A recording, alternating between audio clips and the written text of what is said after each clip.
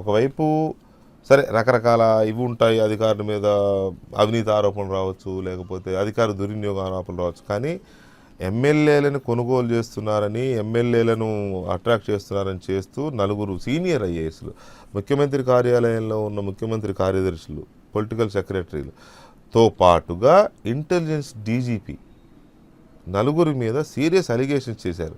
అటువైపు నుంచి అధికారుల వైపు నుంచి, ప్రభుత్వం వైపు నుంచి విమర్శలు, ఉద్యోగ సంఘాల వైపు నుంచి విమర్శలు వస్తుంటే నా మాట నేను కట్టుబడి ఉన్నాను అంటున్నారు ఇప్పటికీ విజయసాయిరెడ్డి గారు. ఎందుకు అంతగా ఐఏఎస్ ఐపీఎస్ని టార్గెట్ చేయాల్సి వచ్చింది? సార్ ఇప్పుడు ఇందులో ఒక వ్యక్తిలో చేసినప్పుడు ఐఏఎస్ వ్యవస్థను మాత్రం చేయట్లేదు సార్. ఐఏఎస్ అంటే వ్యవస్థ కాదులే సార్, ఆయన వ్యక్తుల పేర్లు చెప్తున్నాడు. తర్వాత ఇదే ఉద్యోగ సంఘాలు ఏదో నిరసన తెలిపిన మీరు చెప్తున్నారు, ఉద్యోగ సంఘాలు కూడా వాళ్ళకి మద్దతు పలుకుతున్నాయి. అది నిన్న మనం ఆదినారాయణ రెడ్డి గారిది నేను చూశాను, నిన్న అందరూ కూడా వాట్సాప్లో, ఇంతకు మీ దగ్గర కూడా చూశాను నేను, మీ టీవీలో కూడా. మా ఇద్దరికి కూడా చంద్రబాబు నాయుడు గారు ఇద్దరు ఐఏఎస్ ఆఫీసర్లు పంపించి చిరసోమం పంచుకోమన్నారని చెప్పి ఆయనంతా ఆయన మంత్రిగా చెప్పారు. మీరు చేస్తే రాజకీయం నేను చెప్తాను, ఎందుకంటే అది ఐటమ్ ఇచ్చింది నేను కాబట్టి నాకు తెలుసు. అలా అలా చంద్రబాబు నాయుడు గారు అన్నమాట నిజమే, చంద్రబాబు నాయుడు గారు పంచాయతీ చేశారు, ఇక్కడ ఏది వచ్చినా కూడా చెరువు 10 రూపాయలు అన్నారు. ఇద్దరు ఐఏఎస్ అధికారుల ముందే చెప్పారు ఈ మాట అన్నారు, అంతేగాని వాళ్ళు చెప్పారు అలా, వాళ్ళ ముందు చెప్పారన్నారు. రైట్, ఓకే, అన్నమాట వాస్తవం. ఐఏఎస్ ఆఫీసర్లు ఒకటి సాగండమ్మా, చెప్పండి చెప్పండి, ఉంటదిలేండి రాజకీయాల్లో. సార్ ఇప్పుడు ఎమ్మెల్సీ ఎలక్షన్ జరిగినప్పుడు కానీ ఏదైనా సర్పంచ్ని వాళ్ళని ఇప్పుడు నామినేటెడ్ ఇప్పుడు ఇవన్నీ జరుగుతున్నాయి కదా లోకల్ బాడీస్ ఎలక్షన్స్లో, ఎంతమంది పోలీస్ ఆఫీసర్లు సర్పంచ్లు మామూలుగా ఎవరైతే కార్పొరేటర్స్ కానీ వాళ్ళని కానీ దాచేసి కడపలో ఎలా గెలిచారండి వీళ్ళు? మామూలుగా మాకున్న లోకల్ బాడీస్లో బలాలు ఉన్నప్పుడు కర్నూలు కానీ కడప కానీ వాటిలో మేము ఎమ్మెల్సీకి ఎందుకు ఓడిపోయాం? ఈ అధికారులంతా కూడా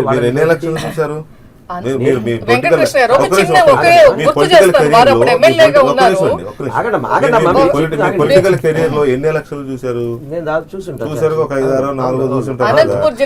ఏ పార్టీ అధికారంలో ఉన్నా కూడా క్యాంపులు పెట్టడం, లేకపోతే కొన్ని చోట్ల పోలీసులను ఎక్కువ పెట్టి అపోజిషన్ ఉన్న పార్టీలో, బలంగా ఉన్న పార్టీలో నొక్కేయడం, లేదా కొంతమంది నాయకులు పర్టికులర్ గా టార్గెట్ చేసి అక్కడ వాళ్ళని కట్టడి చేయడం, ఇవన్నీ ఎవరు అధికారంలో ఉన్న చేయడం చూస్తూనే ఉన్నాం.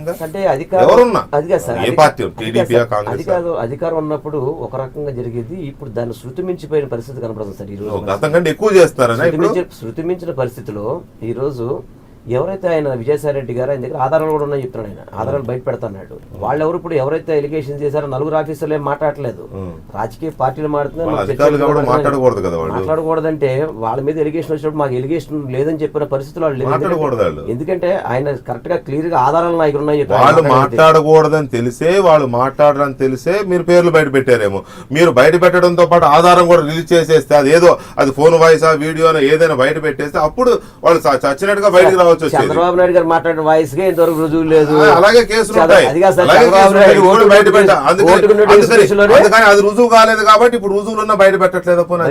తప్పకుండా టైం వస్తుంది బయట పెడతాయి. ఇప్పుడు ఆల్రెడీ రాష్ట్రపతి గారు ఒట్టిగా మాట్లాడుకొని ఒట్టిగా కాదు, రాష్ట్రపతి గారికి కంప్లైంట్ ఇచ్చాడు డైరెక్ట్ తీసుకెళ్లి. ఇది మామూలుగా ఇక్కడ మాట్లాడిన విషయం కాదు, ఢిల్లీలో రాష్ట్రపతి గారికి ఈ విధంగా జరుగుతుందని ఇచ్చారు. మా గురించి మీరు చెప్తే ఎట్లా? మీరు కావాలంటే కంప్లైంట్ ఇచ్చారు రాష్ట్రపతి గారికి. ఏబి వెంకటేశ్వర గారు ఉన్నారని రాశాను కూడా, దాంట్లో విజయసాయిరెడ్డి అధికారులు పేరు కూడా రాశాడు. మీడియాతో చిట్చాట్ పేరుతో చెప్పిందే తప్ప ఇది రాష్ట్రపతి గారి కలిసి బయటకు వచ్చినప్పుడు కూడా చెప్పలేదండి మాట చెప్పారు. మీరు కావాలి మీరు క్లిప్ చేయండి బయటికి. నేను ఆల్రెడీ విజయసాయిరెడ్డి గారు బయటకు వచ్చిన దాంట్లో ఇలా అధికారులు కొనుగోలు చేస్తారని కూడా చెప్పడం జరిగింది ఆయన. రైటా శ్రీనివాస్ గారు, ఒక నిమిషం సార్, అది కూడా చెప్తా. నిన్న మన కోడుమూరు ఎమ్మెల్యే సంథింగ్ ఎవరు మణిగాంధీ గారు మా దగ్గర నుంచి వెళ్ళిపోయినా విశ్వాసం లేదు, చంద్రబాబు నాయుడు నరికేస్తామని చెప్పిన ఆమె వచ్చి ఇక్కడ దూరుతుంది. ఇక్కడికి వచ్చిన ఆయన మళ్ళీ ఇదో మాట్లాడతాడు. ఎమ్మెల్యేలు పార్టీలు మాట్లాడలేదు, ఐ డోంట్ లైక్ అండి, నాకు ఇష్టం లేదు, అస్సలు నీతి నిజాయితీ నైతికత ఏమీ లేకుండా మారిపోతున్న వాళ్ళ గురించి మాట్లాడడం, అది మణిగాంధీ కావచ్చు, లేకపోతే ఆమె ఎవరు పేరేంటో రెడ్డీశ్వర్ కావచ్చు, ఎవరైనా కావచ్చు, ఇలా అనైతికంగా మారే వాళ్ళ గురించి నాకు చర్చలో ఎవరైనా తీసుకునే వాళ్ళైనా, ఇచ్చేవాళ్ళైనా, పోయేవాళ్ళైనా, వచ్చేవాళ్ళైనా, ఎవరైనా అది పూర్తి అనైతికత ఎవరైనా సరే. రైట్, కటా శ్రీనివాసరావు గారు, ఐఏఎస్ ఐపీఎస్ల మీద ఈ రకమైన సార్ వ్యక్తుల పేర్లు చెప్తారు సార్ ఆయన ఐఏఎస్ ఐపీఎస్ పేరు కూడా చెప్తారు సార్ ఆయన అనేక మిగతా మంది అందరూ మీద చెప్పండి. ఇది IAS, గురైన- IPS కాదు సార్, కృష్ణ పేర్లు చెప్తున్నాడు ఆయన. కృష్ణ కలెక్టర్ మీద జరిగింది, మన విశాఖపట్నం సిపి మీద జరిగింది. మీరు బాలసుబ్రహ్మణ్యం ఇది కొట్టిన మొట్టమొదటి లేదా? కాదు. మీరు ఎంతమంది బాలసుబ్రహ్మణ్యాన్ని మీరు- గతంలో అసలు మీరు- చరిత్ర మీరు చూడండి. IPS బాలసుబ్రహ్మణ్యం ఒక ముఖ్యమంత్రి కొట్టినప్పుడు కొడుకుగా ఉన్నప్పుడే ఎంతమంది IPS అధికారుల్ని బాలసుబ్రహ్మణ్యం, పంపించారు, IPS ఎంతమందిని పంపించారు. మీరు IPS ఇప్పటిదా చెప్పారు IPS బాలసుబ్రహ్మణ్యం గారు వాళ్ళ IPS గురించి దాడి చేసిన వాళ్ళు మౌనం ఆఫీసర్లంతా వాళ్ళు క్వాయిట్గా చెప్పారు. ఉంటే ఎక్కడ వాళ్ళ గురించి IPS వాస్తవాలు బాలసుబ్రహ్మణ్యం గారి మీద మీ ఎంపీని, ఏ ఎమ్మెల్యే అధికారులని రసీల్ ఖైమా ఏం చేశారు? సంబంధించిన IPS ఫైలు ఎయిర్పోర్ట్ కి అధికారులు తీసుకొని వచ్చి సంతకాలు పెట్టిన స్కామ్ అందరికీ తెలుసు. ఇప్పుడు అధికారుల్ని దుర్వినియోగం చేయటంలోనో, మీరు అధికారుల్ని చేస్తారు, జైలుకు మీరు చేసేది పంపించడంలోనో, మీరు. అధికారుల్ని మీరు పాపం మీరు ఏదన్నంటే మీరు చెప్తున్నారు. మీరు మీరు మీరు సెక్రటరీ మీరు ఒక ముఖ్యమంత్రి మీరు కొడుకు మీరు స్థాయిలోనే ఈ సైడ్ నుంచి ఎంతమంది ఒక అధికారుల్ని వచ్చింది. ఎన్ని రకాలుగా ఇబ్బంది పెట్టారో ఈ దేశ చరిత్రలో ఒక చరిత్రగా ఒక బ్లాక్ హిస్టరీగా ఉండేటువంటి పరిస్థితి అధ్యక్షుడిది. ఈ రోజు అధికారులు ఇదేదో కొత్తగా పట్టుకొచ్చినట్టు, ఇది గతంలో అసెంబ్లీలో మాట్లాడారు దీని గురించి జగన్మోహన్ రెడ్డి, ఇదేదో కొత్తగా మళ్ళీ పట్టుకొచ్చినట్టు చెప్తా ఉన్నారు. ఇప్పుడు నిన్న కొత్తగా మారిషస్ కేసు వచ్చింది, దీని నుంచి అటెన్షన్ డైవర్ట్ చేయాలి. మీడియా అంతా కూడా జాతీయ మీడియాతో సహా మొత్తం అన్ని పేపర్లు అన్ని చర్చిస్తా ఉన్నాయి. కాబట్టి దాన్ని పక్కకు పట్టించాలంటే ఏదో ఒక పాత పేపర్ ఒకటి పట్టుకొని మీ దగ్గర ఆధారాలు ఉంటే చూపించండి అంటే ఆధారాలు పెట్టరు. ఏదో ఒక జీవో కాపీ అంట, జీవోలో ఏముంది మీరు పెట్టండి. మీరు లెగిస్తే మనిషి కాదు, లెగిస్తే మనిషి కాదు అని అంటే కదా లెగండి, చూపించండి. ఏది చంద్రబాబు నాయుడు ఏమన్నారు?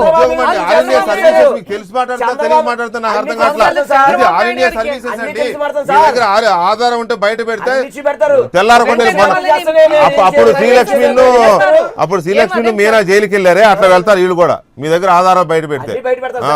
ఒక్క నిమిషం ఎందుకు శ్రీనివాస్ టైం గారు. ఎందుకు? అంటే ఈ రోజు ఒక్క నిమిషం రాజకీయంగా ఆగండి. ఆరోపణలు వీళ్ళ చేసి పొలిటికల్ ప్రజల్ని ఏదో గేమ్లో పక్కదోవ ఒక్క పట్టించడం నిమిషం కోసమా? గతంలోనేమో స్కాముల్లో కొంతమంది ఐఏఎస్లు బలైపోయారు. వాళ్ళు అవినీతి చేశారా చేయలేదో తెలియదు కానీ కొంతమంది బలైపోయారు, కెరీర్లు నాశనం అయిపోయినాయి. ఇప్పుడేమో ఈ పొలిటికల్ గేమ్లో అఫ్కోర్స్ వాళ్ళ తప్పు లేదా, వాళ్ళు ఉంటున్నారా లేదా నాకు తెలియదు, మీకు తెలియదు, మరి మీకు తెలుసో నాకు తెలియదు. విజయసాయి రెడ్డి గారు చేసిన ఆరోపణలు, వైసీపీ చేసిన ఆరోపణలు బేస్ చేసుకుని మనం చర్చిస్తున్నాం. ఒక ముగ్గురు ఐఏఎస్ అధికారులు అందరిని అంటే మళ్ళీ శ్రీనివాస్ గారి కోపం వస్తుంది, పేరు చెప్తున్నారు కాబట్టి. ఒక ముగ్గురు ఐఏఎస్ అధికారులు, ఒక డీజీపీ వెంకటేశ్వరరావు గారు, ఈ నలుగురు కోవర్ట్లుగా పనిచేస్తున్నారని, ఎమ్మెల్యేలను వీళ్ళే కొనుగోలు చేస్తున్నారని ఇది వీళ్ళు చేస్తున్న ఆరోపణ. ఆధారాలు ఉన్నాయి అంటారు. ఆధారాలతో వస్తే బాగుంటుంది కదా. ఉద్యోగ సంఘాలేమో ఆరోపిస్తున్నాయి ఇట్లా మమ్మల్ని నైతికంగా ఆత్మస్థైర్యాన్ని దెబ్బతీసే విధంగా చేయడం మంచిది కాదు అని. శ్రీనివాస్ గారు. వెంకటేష్ గారు, ఒకటి గొంగట్లో అన్నం తింటే ఎంట్రుకు లేరే ప్రయత్నం చేయడం వల్ల పెద్ద ఉపయోగం లేదు. ఇక్కడ మాట్లాడిన ఇద్దరు తెలుగుదేశం వైకాప్ ఇద్దరు కూడా మీ టైంలో ఇది జరగలేదా, మీ టైంలో ఇది జరగలేదని మాట్లాడుకుంటున్నారు. మీరు ముఖ్యమంత్రి స్థాయిలో లేదు చీఫ్ సెక్రటరీ స్థాయిలో అక్కర్లా, మీకు ఒక ఎమ్మెల్యే ఇవాళ ఏ పార్టీ ఉన్నా సరే, అది తెలుగుదేశం ఎమ్మెల్యే ఉన్నా, లేదు వైకాపా ఎమ్మెల్యే ఉన్నా, లేదా కాంగ్రెస్ ఎమ్మెల్యే ఉన్నా, అక్కడ పనిచేసే అధికారులు మొట్టమొదట నా పనులు చేసి పెట్టేవాళ్ళు ఎవరు, దానికి కావాల్సిన మనుషులు నేర్చుకోవడంతో ఇవాళ రాజకీయం నడుస్తున్న సంగతి మీరు రాష్ట్రంలో ఏ మారుమూల గ్రామానికి వెళ్ళినా కూడా చెప్తారు. అది ఆంధ్రాలోనే కాదు, తెలంగాణలో కూడా అదే ధోరణి. అంటే తనకు కావాల్సిన అధికారులను పెట్టుకోవటం, తన పనులు చేసి పెట్టే అధికారులు, నిజాయితీ అధికారులు మంచి అధికారులని కాదండి, తనకు కావాల్సిన కార్యక్రమాలని చక్కదిద్దే వాళ్ళని కింద స్థాయి నుంచి పెట్టుకోవడం అనేది ఎప్పటి నుంచో వస్తున్నది, ఇవాళ కొత్తగా వచ్చింది కాదు. దీనిలో అలాగే అధికారులు కూడా చాలా సందర్భాల్లో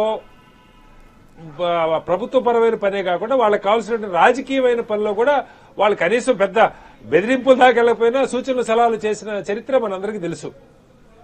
ఇవాళ దీనికి ఉదాహరణ వేరే అక్కర్లేదండి. ఉదాహరణకి ఇక్కడ పేరవరం రాములు గారు ఉన్నారు, డీజీపీగా చేశారు. ఆయన వాళ్ళు ఏ పార్టీలో ఉన్నారు, టీఆర్ఎస్ లో ఉన్నారు.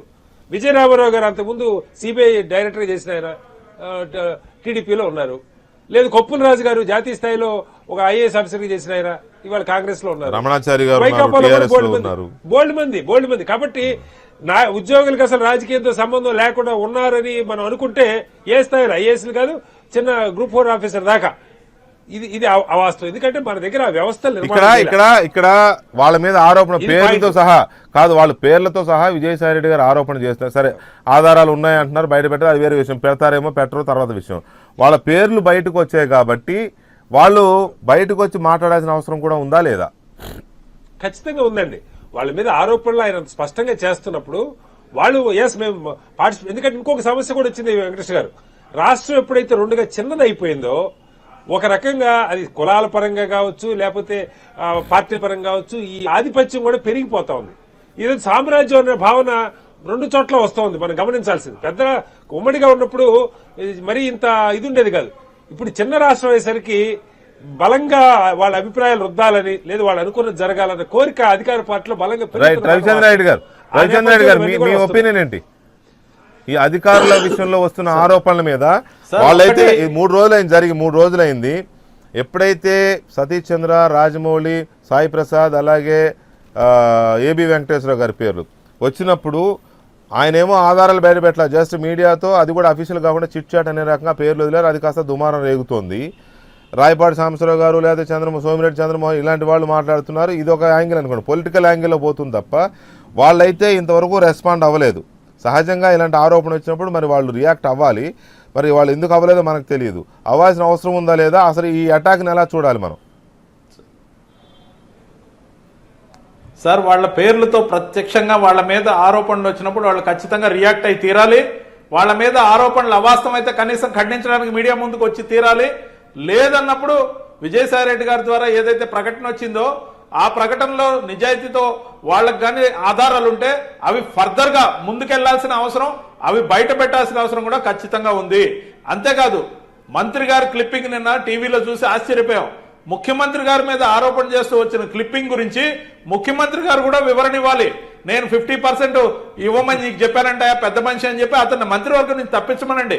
లేకపోతే ప్రజలు దీన్ని నమ్ముతారు. ఎందుకంటే ముఖ్యమంత్రి గారు స్వయంగా చెప్పారు, నేను 100 రూపాయలు తీసుకుంటే 50 రూపాయలు రామసుబ్బారెడ్డికి వస్తుంది, రామసుబ్బారెడ్డి తీసుకుంటే 100 రూపాయలు నాకు 50 రూపాయలు వస్తుంది, మనమేం కొట్టుకోవాల్సిన అవసరం లేదు, ఎవరైనా మనల్ని సమంగా పంచుకోమని సమన్యాయం ఈ విధంగా అమలు చేయమని చంద్రబాబు నాయుడు గారు చెప్పారనేది ఆయా వర్గాలకు చెప్తున్న క్లిప్పింగ్ నిన్న మీడియాలో హల్చల్ చేస్తా ఉంది. ఈ హల్చల్ చేస్తున్న దానికి ముఖ్యమంత్రి గారు వివరణ ఇవ్వాలి. లేదంటే సదరు మంత్రి మీద ఖచ్చితంగా చర్యలు తీసుకుని మంత్రివర్గం నుంచి తప్పించాలి. ఇప్పటికే జనాల అభిప్రాయాన్ని గౌరవించని ఈ ఎమ్మెల్యేలు ఎవరైతే పార్టీ చీట్ చేసిన అలాంటి 420లకి మంత్రి పదవి ఇచ్చిన వాళ్ళని ఏమని పిలవాలో ప్రజలు ఆలోచిస్తారు. రైట్, ఒకసారి ఆ వీడియోలో ఆదినారాయణ రెడ్డి ఏమిన్నారు ఒకసారి ఆ క్లిప్పింగ్ చూద్దాం. రామసుబ్బారెడ్డి గారు కూడా ప్రతి రూపాయలు ₹10 భాగం ఉంది. ₹10 భాగము ఇవ్వమని ముఖ్యమంత్రి గారు స్వయంగా ఇద్దరు ఐఏఎస్ ఆఫీసులో మాతో పాటు కూర్చోబెట్టి పంచాయతీ చేసి ఆయన అడిగిన దాంట్లో మనకు సొగం వస్తుంది, మనం అడిగిన దాంట్లో ఆయనకు సొగం వస్తుంది. వాళ్ళు నన్ను ఏమి విమర్శించినా నేనైతే పడుచుకోను. ఎమ్మెల్యేనే పక్క పోయినప్పుడే బద్రి. రామసుబ్బారెడ్డి గారు కూడా ప్రతి రూపాయలు ₹10 భాగం ఉంది. ₹10 భాగము ఇవ్వమని ముఖ్యమంత్రి గారు స్వయంగా ఇద్దరు ఐఏఎస్ ఆఫీసులో మాతో పాటు కూర్చోబెట్టి పంచాయతీ చేసి ఆయన అడిగిన దాంట్లో మనకు సొగం వస్తుంది, మనం అడిగిన దాంట్లో ఆయనకు సొగం వస్తుంది. వాళ్ళు నన్ను ఏమి విమర్శించినా నేనైతే రైట్, అది పంచాయతీ చేశారు కాబట్టి ఆయనకు రూపాయి వస్తే నాకు ₹10 వస్తుంది. నేను అది కాదు సార్, నేను ఏం చెప్తాను వినండి సార్. ఈయనకి రూపాయి వస్తే ఆయనకు ₹10 ఇవ్వడు కాబట్టి నేను ఎమ్మెల్యేనే మంత్రి ఇక్కడ మాత్రం. కాబట్టి పంచాయతీ అయింది కాబట్టి వాళ్ళు ఏం తిట్టినా ఇప్పుడు నేను పట్టించుకోను. ఇంకా అంటే డబ్బులు ఎవరి దాకా సెట్ అవుతున్నాయి కాబట్టి నేనేం తిట్టినా పట్టించుకో. అంత బ్లేటెంట్ గా ముఖ్యమంత్రి గారు స్వయంగా చెప్పారు.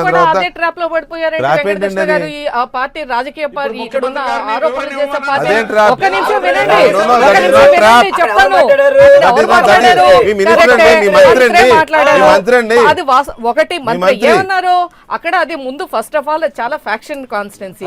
అక్కడ కార్యకర్తలు ఇప్పటి నుంచి కాదు కొన్ని దశాబ్దాలుగా అక్కడ వినండి శ్రీనివాస్ గారు, మీరు ఊరికే ఏదో చేస్తారో మీరు పంచుకోండి, మీకు పంచుకోవటాలు మీకు మీరు వినండి, మీరు ఇది పంచుకోవటం గురించి కాదు. ఏమన్నారు నారాయణ రెడ్డి గారు ఏమన్నారు అక్కడ స్పిరిట్, ఆయన ఏమిటి పంచుకోవటం అంటే మొత్తం అంతా అది గౌరవం ఇచ్చిపుచ్చుకోవటం, లేదా కార్యకర్తల మధ్య చిన్న చిన్న ₹10 ఏది గౌరవంలో కూడా ఇచ్చిపుచ్చుకోవాలని అనుకోవాలి.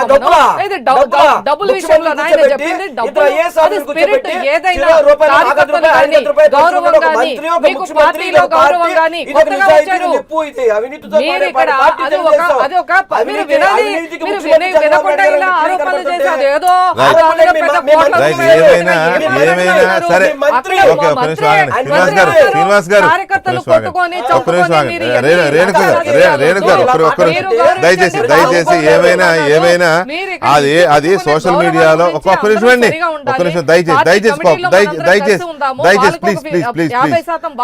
ప్లీజ్ ఒక్క నిమిషం అండి ఏమైనా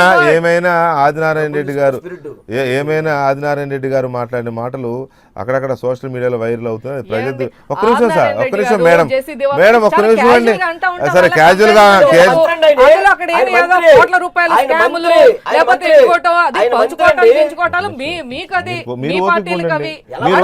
నేనే కదా నేను కావాలని ప్లే చేశానండి నేను కావాలని ప్లే చేశాను మీరన్నా ఓపిక ఉండండి వాళ్ళు డిఫెన్స్ లో ఉంటారు ఇప్పుడు కొంచెం ఆగండి దయచేసి ఆగండి రైట్